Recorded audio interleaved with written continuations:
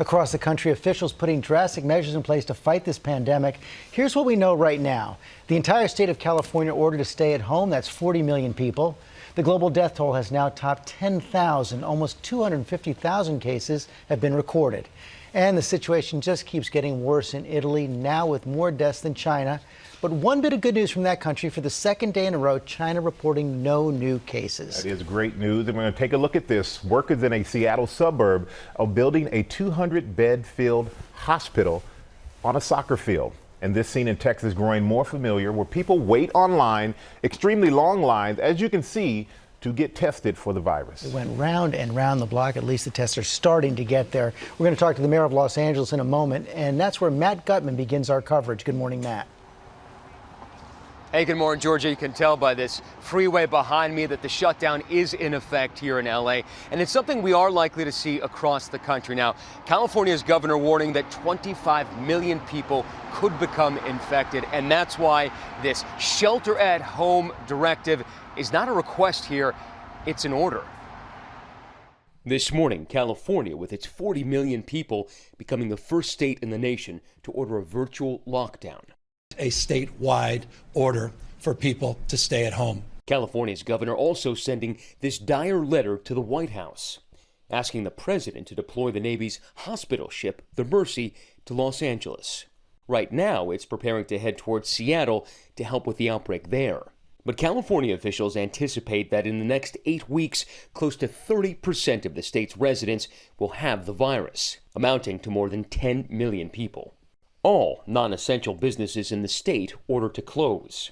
That as an infected resident landing at LAX in this negative pressure isolation chamber flown by an ambulance jet from Aruba, a medical team in biohazard suits there to receive him. In New York, a desperate plea from Mayor Bill de Blasio as cases surge to over 3,500. But the federal government does not do all in its power immediately. There will be people who die who didn't need to die. At the White House, the president touting an anti-malaria drug called chloroquine, or hydroxychloroquine, that could be used to fight the virus.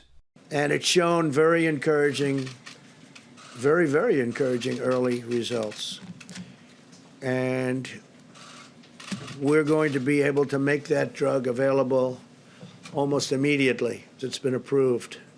And they did it, they took it down from many months to immediate. So we're going to be able to make that drug available by prescription. But the FDA making it clear it's only approved to treat malaria at this point, not COVID-19. In the short term, we're looking at drugs that are already approved for other indications. So they're already approved, as the president said, for other diseases. And in Pennsylvania, the governor also ordering all non-life-sustaining businesses to close overnight. Across the country, more Americans are being tested, or, like here in Texas, waiting to be tested in long lines.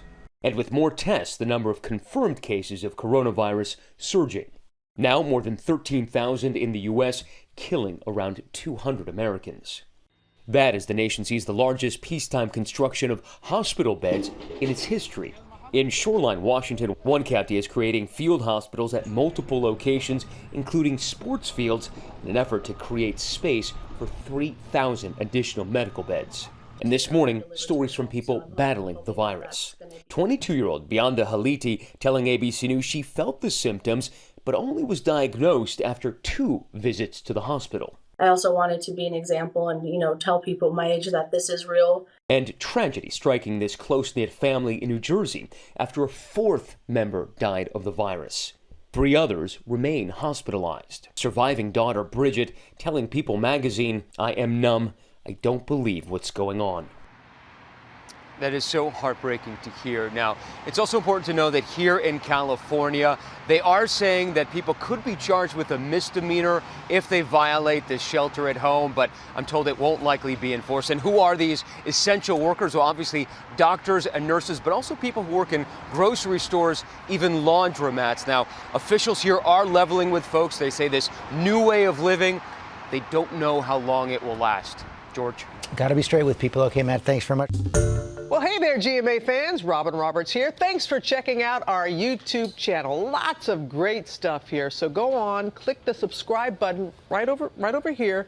to get more of awesome videos and content from GMA every day, anytime. We thank you for watching, and we'll see you in the morning on GMA.